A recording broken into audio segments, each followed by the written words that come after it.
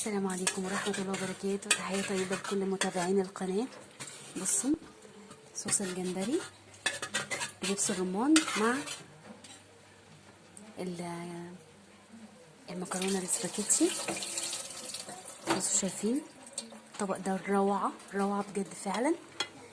دي بقى أكلة اسكندرانية، جمبري بالفلفل الأحمر وفلفل أصفر وفلفل أخضر. الصوص بتاعه اللي هو فلفل ألوان. بصوا زي ما انتم شايفين اهو. ودبس الرمان زودنا، حطينا صوص الباربيكيو وصوص الصويا، وعملنا معاهم مكرونه سباكيتي.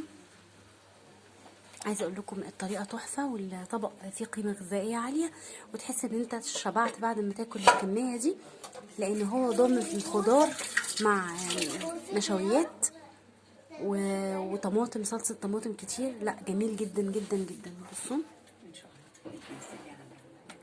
وانا ان شاء الله باذن الله هنزل الوصفه كامله، بس انا دلوقتي بدور على ايه، على شوكه عشان ادوق الطعم. بصوا دي بقيه الفلفل، بس هو المفروض كان فلفل اصفر، بس هو الراجل ايه ضحك علينا واداهولنا اصفر على اخضر، لكن لو هيقعد شويه في التلاجة هيتعمل، هيبقى لونه اصفر. بصوا شايفين يعني ايه بقى.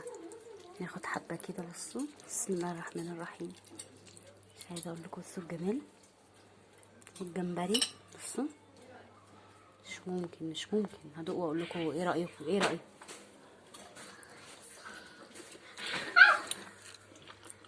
كنت خايفة جدا. أنا كنت خايفة. يجنن. اللي عايز الطريقة يسيب كومنت. اشوفكم على خير ان شاء الله. ما تنسوش تفعلوا زر الجرس واللايك بتاعتكم.